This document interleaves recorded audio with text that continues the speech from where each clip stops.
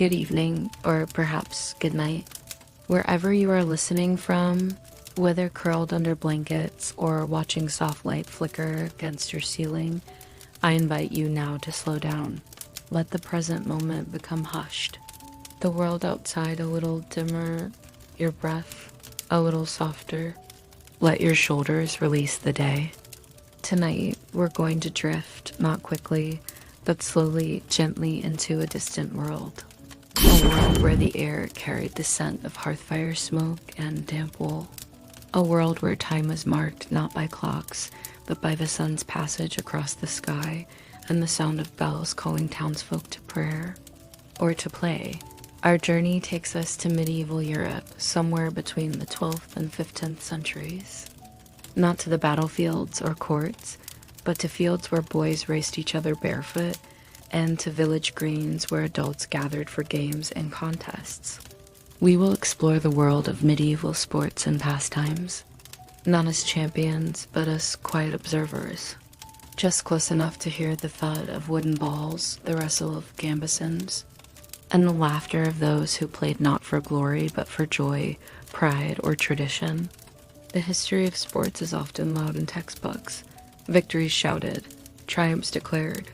But tonight, we will listen instead for the soft rhythms beneath it all. The quiet heartbeat of leisure in the Middle Ages. Our journey will unfold in 4 parts. We will begin with daily life immersion, placing ourselves in a small medieval village, observing the simple games of everyday folk. Then we will explore a historical biography or event tied to the traditions of sport, perhaps a noble who wagered more than he could afford in a game, or a monarch who shaped the rules of combat tournaments. Next, we will wander into the realm of mystery, archaeology, and cultural depth, where forgotten relics and written clues whisper of the games that no longer survive. And finally, we will contrast the lives of the common people with the sporting culture of elites, diving into the extravagant, ritualized tournaments that entertained courts and kings. So now, settle in. Let your imagination take root. Imagine the cobblestone beneath your feet, the heavy wool of your tunic, and the distant murmur of voices carried on a slow medieval breeze. Let us begin. Imagine again, if you will, that you are standing at the edge of a village green. The day is warm, but not harsh. The air is gentle, stirred only by a slow breeze that carries the scent of early summer cut grass, sheep's wool, a trace of wood smoke, and the mellow sweetness of something baking in a hearth not far away. Insects hover lazily over a patch of clover. Somewhere in the distance, a cart creaks along the road, its wheels slow, unhurried, carrying its load toward the manor. You are not that laborer. Today, you are at rest. Today is not a feast day, but it is also not a work day.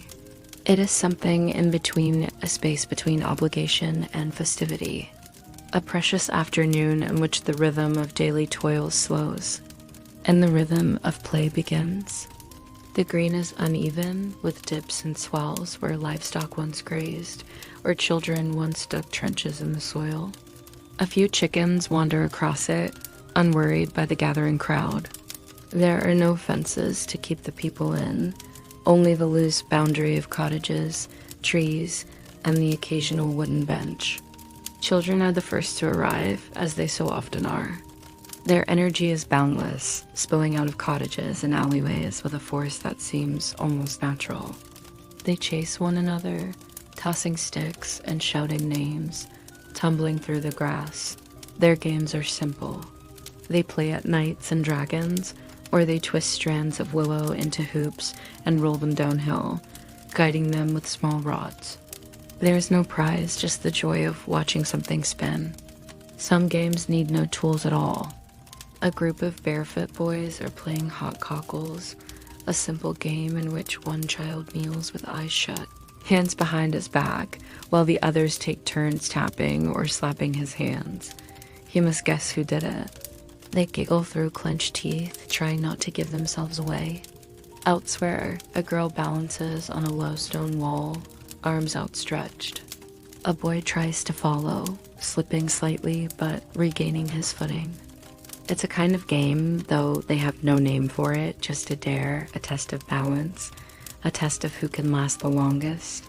They don't know that this small moment will be remembered 50 years from now, when their bones creak and their own grandchildren play beneath the same wall. Older youths begin to gather now, those just on the edge of adulthood. Apprentices with a few hours of freedom. Young women with braids tied back and sleeves rolled. They begin to set up the ball game, what many might later call mob football, though in this village it has no name but the game. The ball is crude, made from stitched leather, once a pig's bladder, now inflated and tied. Scuffed and scarred from years of use, they form two sides. There are no uniforms, only the loose order of alliances, neighbors, cousins, old grudges, friendly wagers. One goal is the chapel wall. The other, the edge of the stream beyond the green. The game begins not with a whistle, but with a shout. The ball is thrown, and chaos follows. It is not violent, not truly, but it is unruly. Feet pound the ground, hands grab. The ball changes direction suddenly. A young man tumbles, rolls, springs up laughing. A girl with a long braid dodges two players and kicks the ball with surprising force toward the stream. Cheers, laughter, a few scowls. An old woman nearby watches from a bench, hands busy with spinning wool, spindle dancing between her fingers. She does not speak. She has seen this game played 100 times. She knows it will end when the ball is lost, or someone falls too hard, or when the sun dips below the roofs. Just beyond the main field, in a quieter patch of grass, a group is playing stool ball, an early form of what we might think of as cricket or baseball. One player defends a small stool with a bat, swatting away a softball tossed gently toward her. The others cheer or groan, depending on whether the stool is struck. It is slower than the football match, but just as intense in its way. There's pride on the line. Around the corner, beside a low stone wall covered in moss, another game unfolds, 9 men's Morris, carved into the stone itself. The lines are scratched shallowly, worn smooth by generations. 2 players sit cross-legged, placing and moving their pebbles with great seriousness. Children crouch nearby, watching, learning. Someone nearby tosses a pair of dice carved from bone. A few men lean against a cottage wall, trading copper coins and muttering about luck and saints. Gambling is frowned upon, but still done, carefully, quietly. It is part of the village rhythm like everything else. Now and then a song begins, not loudly, not in performance, but quietly under breath. One child sings the rhyme that goes with a game of catch. Another hums as she plays knucklebones. The songs are not written. They change from village to village, year to year, but they are old, older than parchment, older than memory. By now the day has warmed. The air is thicker, the sky painted with clouds that drift slowly across the sun. A few villagers take rest beneath the trees, wiping sweat from their brows. The ball game has paused. Someone's leg needs wrapping. Someone else has lost a boot. No one minds. The game will resume. It always does. You take a moment to walk away from the green, down a narrow path lined with hedgerows. You hear the buzzing of bees. You smell damp earth. You pass a boy carving something into a stick with a dull knife, perhaps a toy sword, or a whistle. He does not look up. He is lost in his own game. Further down the path, in a shaded glen near the stream, 2 young lovers toss a ball back and forth.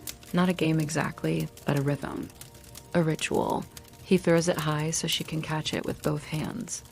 She laughs when she misses. They do not speak much, and that is fine. Later in the evening, as the light begins to dim, the games draw to a natural close. The ball game is finished. No one remembers who won. The players are scattered, some sitting in the grass, others standing with hands on hips. There are small bruises, muddy hems, and wide smiles. Children gather their toys, their hoops, their bones, their sticks. The men with dice disappear quietly, coins jingling in pockets. The woman who sang her rhyme now rocks a younger sibling in her arms, the song fading into a lull. The green empties slowly. The sounds grow softer. You hear the flap of linens on a line, the lowing of cows, the rustle of trees. You return to your place by the tree, watching as the last players leave the field. A breeze cools your cheeks. The scent of supper drifts through the air onions, perhaps, or leeks, something earthy and warm. The games are over, but the rhythm remains. As the first star rises above the rooftops, you feel a great stillness settle across the village.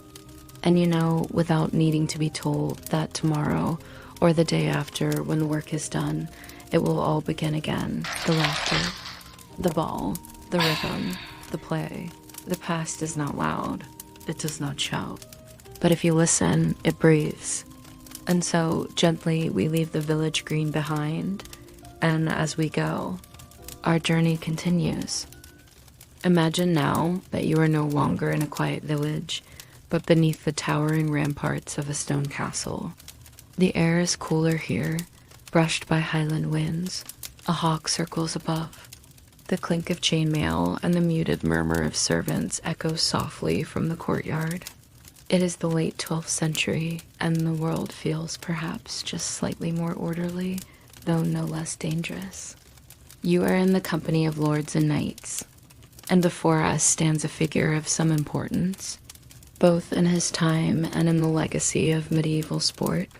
His name is William Marshall, and he is known as the greatest knight who ever lived. But tonight, you need not remember him for his battles or political intrigues. Instead, let us remember him as a tournament champion, and as a man who helped transform knightly sport into a codified tradition. Let the torches be lit softly in your mind. Let the banners flutter gently in the breeze. The air is still. The crowd is hushed. Let us begin. The early life of William Marshall, born around 1146. William was the younger son of a minor noble, John Marshall, a man known more for cunning than honor. As a fourth son, William inherited nothing, no lands, no titles, no wealth, only the name Marshall and the uncertain favor of a world that gave little to younger sons. At the age of 5, William was nearly lost. His father, holding out in a siege, offered young William as a hostage to King Stephen and then refused to surrender, famously saying, "I still have the hammer and the anvil with which to forge still more and better sons." The king threatened to hang the boy. In the end, he did not. William survived. At age 12, William began his training as a knight. He learned to ride, to wield a sword, to obey commands, and to control his breath beneath the weight of armor. He learned to bow, to wait, to watch. These were not lessons for war alone, but for something else that was rising in popularity across noble Europe: the tournament. The tournament before it became pageantry in its earliest form. The tournament was not the romanticized joust you may imagine. It was closer to a controlled melee, a mock battle in which dozens, even hundreds, of armored men fought in a large open field, trying to capture each other for ransom. There were rules, but few. Danger was real. Injuries were common. Helmets cracked. Bones broke. Yet the tournament was a proving ground, a stage where a knight without lands, without lineage, could earn gold, favor, and recognition. William Marshall excelled. By the time he was in his 20s, he had fought in more than 180 tournaments. His style was patient, methodical. He did not rush into the fray, but observed, studied, waited for openings. His victories brought him horses, arms, and fame. He used the ransom payments from captured opponents to build his fortune. He was not born into greatness, but he won it, one ride at a time. Imagine him now mounted, visor down, the polished steel of his helm catching the pale sunlight. His charger stomps at the grass. Across the field, banners of blue and gold flutter, and nobles lean forward in their box seats, breath held. A trumpet sounds, the line of knights charges. The ground trembles, but William does not flinch. He holds the line, he waits. And when he strikes clean, precise, he unseats his opponent without cruelty. The crowd roars, but William remains calm. He knows there will be another charge, another match, another day. From chaos to ceremony, codifying the tournament. As William rose through ranks, eventually becoming Earl of Pembroke, tournaments began to evolve. What was once raw and unregulated slowly became ritualized under the watchful eye of men like William Marshall, who understood that spectacle and structure could go hand in hand. Jousting began to separate from the melee. Fields were more tightly bounded. Rules were written. A knight could still fall, but rarely now to real injury. The tournament became a place not only of testing skill, but of display. A stage for chivalry, for honor, and for courtly admiration. And William, in his later years, helped ensure these changes took root.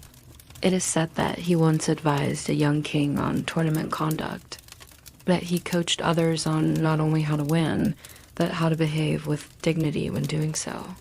That he praised restraint over brute force, grace over chaos.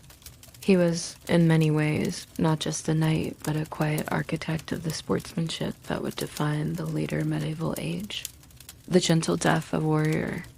William Marshall died in 1219, near the age of 72, a remarkable age for a man who had spent most of his life on horseback, sword in hand. He asked to be buried as a Knight Templar, wearing the simple white cloak marked with a red cross. His body was laid to rest in the Temple Church in London, where his effigy still rests in silence. He was remembered not for a single battle, but for the way he carried himself through them all, not with spectacle, but with rhythm, with purpose, with calm. A knight's legacy in the arena of play, when you next imagine a tournament bright shields. Jousting lances, heralds announcing names, remember the man behind the armor, not the warrior, but the player, the tactician, the artist of motion and force. William Marshall turned a brutal, unregulated pastime into a tradition. He brought rules to risk, honor to competition, dignity to play, and through him, the world of medieval sport began to take shape not merely as chaos, but as ceremony. Now the sun sets again behind those castle walls. The horses are walked slowly back to the stables. The fields lie quiet, and the memory of the day's contest lingers in the still air. Our journey continues. And next, we will look not at the lives of famous knights, but at the curious traces they and others left behind in bone, ink, and stone. Imagine now that you are walking not through a village or a castle courtyard, but along the edge of a ruin. The sun is lower in the sky. The light is soft, filtered through tall grass and wildflowers. Stones, half buried by time, jut from the earth once walls, now moss-covered ribs of buildings long since abandoned. There is no crowd here, no music, only the hush of wind and the faint echo of what might once have been. Here, in places like this, broken cloisters, sunken halls, remote fields archaeologists and historians search for what remains of medieval play. And while we often imagine swords and shields, thrones and battles, many of the most intriguing discoveries are far more humble. Let us wander now quietly through these fragments and listen to what they still have to say.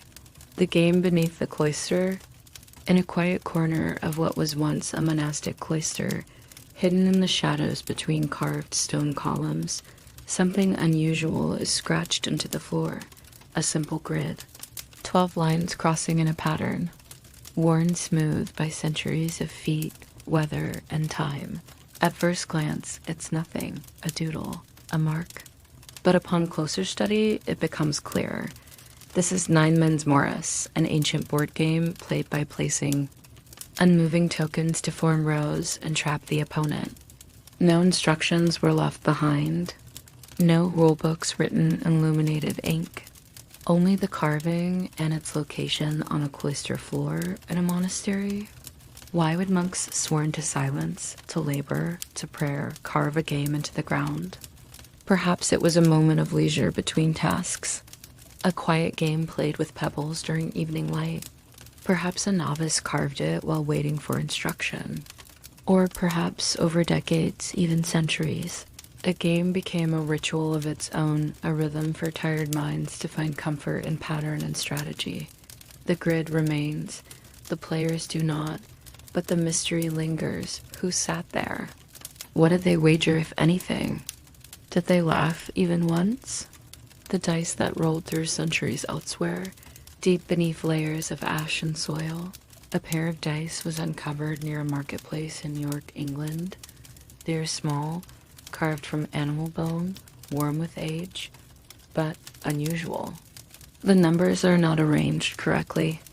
Modern dice balance their numbers opposites, always totaling 7, but here, the numbers are clustered oddly. Some appear more than once, some not at all. Were they made by mistake? Or were they weighted? Perhaps they belonged to a cheater, a merchant who used sleight of hand. Or perhaps a game of chance gone wrong, an argument over coin now long faded. Dice appear throughout the medieval world, in taverns, castles, even among the poor. Some carved from ivory, others from lead. Some painted with tiny flowers, others with runes. We do not always know the games they played. Some names survive Hazard, Raffle, Bohort, but rules are lost, like whispers carried too far down the wind. What we're left with are artifacts of suspense. The hush before a roll, the weight of chance, the clatter on a wooden table, and then silence. The ball in the gutter in a medieval London drainage ditch, beneath layers of mud and refuse. An early leather ball was found stitched from 4 curved panels and stuffed with moss, flattened by time but unmistakable. It was likely used in mob football or some street variation, perhaps thrown or kicked along muddy lanes, perhaps caught beneath a cart, lost and never retrieved. Children's toys and balls rarely survive, but when they do, they bring with them something tender. A reminder that in the hardest centuries of plague, famine, and endless labor play still mattered. Someone made this ball by hand, someone kicked it with joy, and someone lost it. Maybe with tears, maybe not. A moment of play, paused forever. Echoes in literature and law beyond the soil and stone. There are other traces, words inked onto parchment, records, complaints, sermons.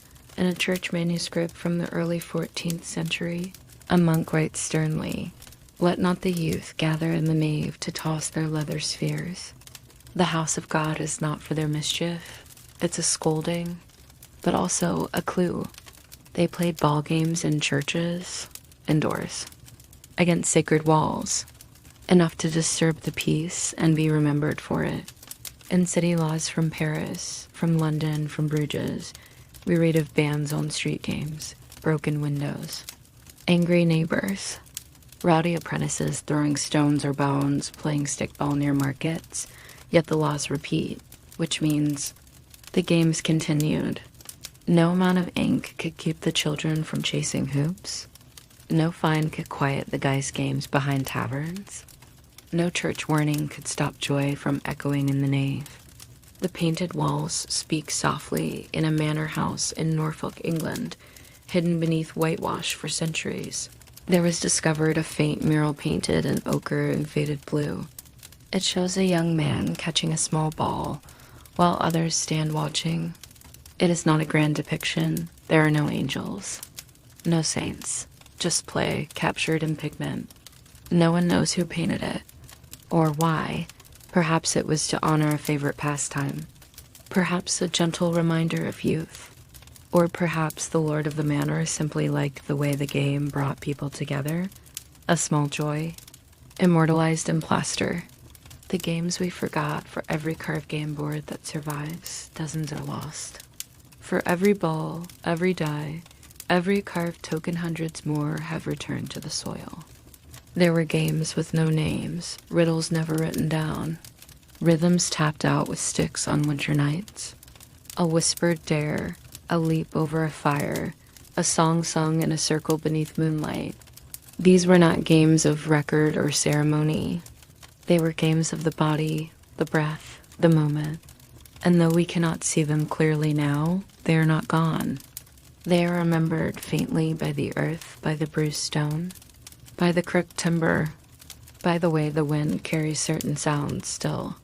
A pause before we climb higher, and now, as we leave the archaeologist's trench, as we brush the dirt from our fingertips, as we step away from the worn carvings, the scattered bones, the painted walls, let us pause. Let us listen one more time for the echo of forgotten footsteps, the bounce of a ball on packed clay, the murmur of two players leaning over a game board. So much has been lost, but so much still lingers. Our journey is not yet done. Ahead, we will climb higher to the terraces of castles and the open-air galleries of courts, where the nobility crafted a very different kind of play. A world of spectacle, ceremony, symbol, and as always, of rhythm. Imagine now you're standing in the high courtyard of a medieval castle. The air is cooler here, thinner somehow. From these stone balconies, you can look out over the hills and rivers that mark the boundaries of this noble estate.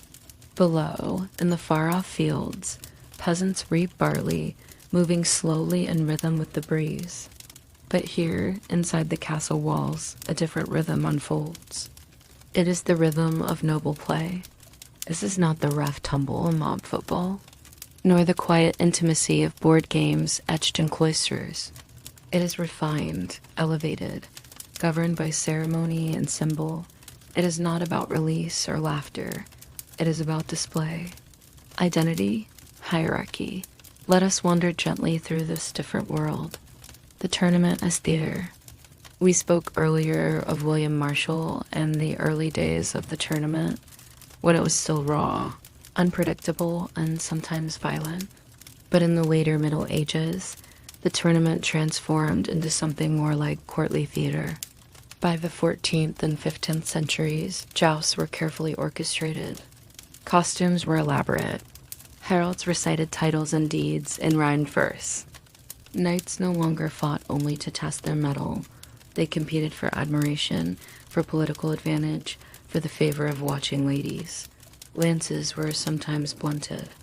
Rules were written, revised, and enforced by officials. Points were awarded not only for unseating an opponent, but for grace, precision, even style. Imagine the sound of hooves on packed earth, the blare of trumpets, the hush before a charge. Crowds gathered not to shout, but to watch in awe. The tournament had become a ballet in armor, and for those who watched, it was more than entertainment. It was a reinforcement of order, a living tableau of noble ideals, valor, loyalty, restraint. Meanwhile, far beyond the walls, villagers played their games in fields, with no audience but one another. The contrast was sharp and intentional. The hunt, leisure wrapped in ritual, another noble pastime, was the hunt, but it too was more than sport. It was privilege, pageant, power. Only nobles could hunt certain game boar, deer, swan. Laws strictly governed who could enter the forest, who could bear arms, who could ride with hounds. These weren't just rules. They were declarations of status. A noble hunt was an all-day affair. It began before dawn, with breakfast and blessings. The hunters wore special garments, green or crimson, with embroidered emblems. Horns were sounded, dogs loosed, and the chase began. The pace was fast, but deliberate. The objective was not merely to kill, but to perform the chase with grace, to show poise on horseback, to know when to hold back, to strike cleanly. And once the animal was brought down, the kill itself was ritualized. There were specific words, gestures, dedicatory prayers. The feast that followed often included symbolic sharing of the meat. The harder liver might be presented to a favored guest, the head to the lady of the castle. There was pleasure, yes, but never frivolity. Every movement mattered. Every role was played. Compare this to the villagers chasing hares through fields, or the simple trapping of rabbits in woven snares. For peasants, the goal was food. For nobles, the goal was ceremony, courtly games, and indoor play. Inside the castle, where sunlight poured through stained glass and torches flickered along tapestried walls, other games unfolded. The nobility did not gather around scratched boards. Instead, they played games of elegance and restraint chess, backgammon, tables, and games of courtly wit.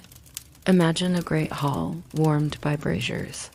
A noblewoman in flowing velvet seated across from a young squire. Between them, a chessboard inlaid with ivory and jet. She moves her bishop.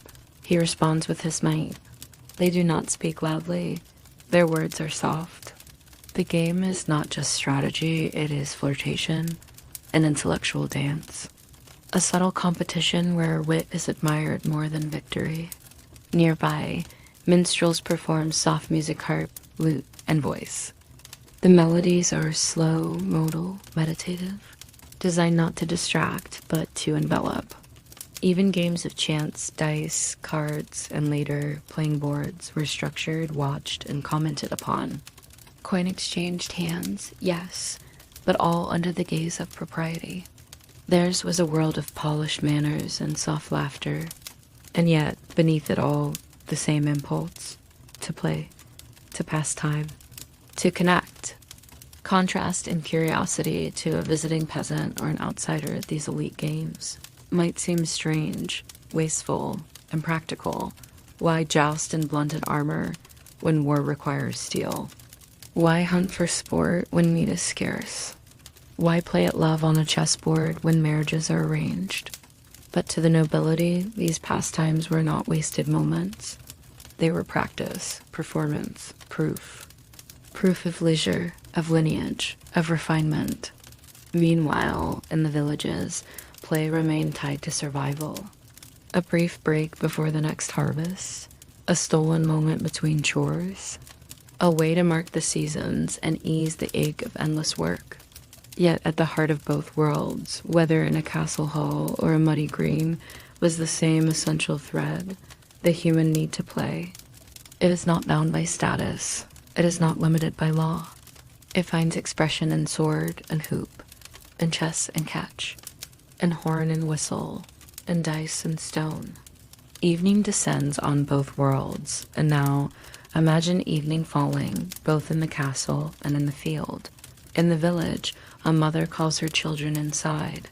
A boy picks up his hoop and runs for home, breathless. The air smells of cooking lentils, of wood smoke, of river water on worn clothes. In the castle, a steward extinguishes the torches one by one. The chessboard is folded and set aside. The hunting horns are hung on their pegs. The great hall falls quiet. Two very different places, but the quiet in both is the same. The play is over, the day complete, and all return noble and common alike to stillness, to rest, to dreams. You've walked quietly through fields of play and corridors of stone, through laughter long faded and rituals once filled with meaning. And now, with the echoes of the past still warm around us, we arrive at the end, not with a sudden stop, but with a soft slowing. Like dusk settling over a landscape once filled with sound, let us conclude, gently. Conclusion: the rhythm beneath the noise. History often comes to us dressed in armor and ceremony, in kings and crowns, in treaties and towers. But underneath those loud events, there is always a quieter rhythm, a more human one. The rhythm of people at rest, of games shared, of moments carved out between duties. In this journey, we have followed that softer rhythm. We stood in the middle of a village green, watching barefoot children play games passed down by memory. We walked beside William Marshall, not into battle, but into the structured beauty of the tournament, where skill and dignity met in a field of dust. We peered down into the earth, where forgotten toys and carved game boards whispered of lives once lived. And we climbed to castle walls, where nobles played in public for honor and for pageantry, Each space was different, each game shaped by its time. But in every place, the act of play, whether raucous or refined, strategic or spontaneous, was an essential part of being alive. Even now, centuries later, the impulse remains. Today, your games may be played on glowing screens, or grassy backyards, or long kitchen tables. But the feeling, the heartbeat beneath the rules is the same. The laughter, the challenge, the shared glances, the pause before a move. It connects you gently to all those who played before you.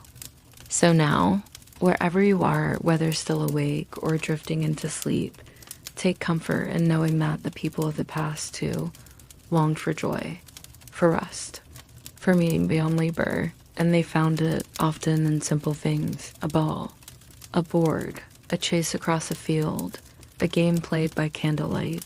They lived, they played, they loved and lost and dreamed. And though their names are forgotten, the rhythm of their lives lingers still, softly, quietly, like breath, like sleep. Good night.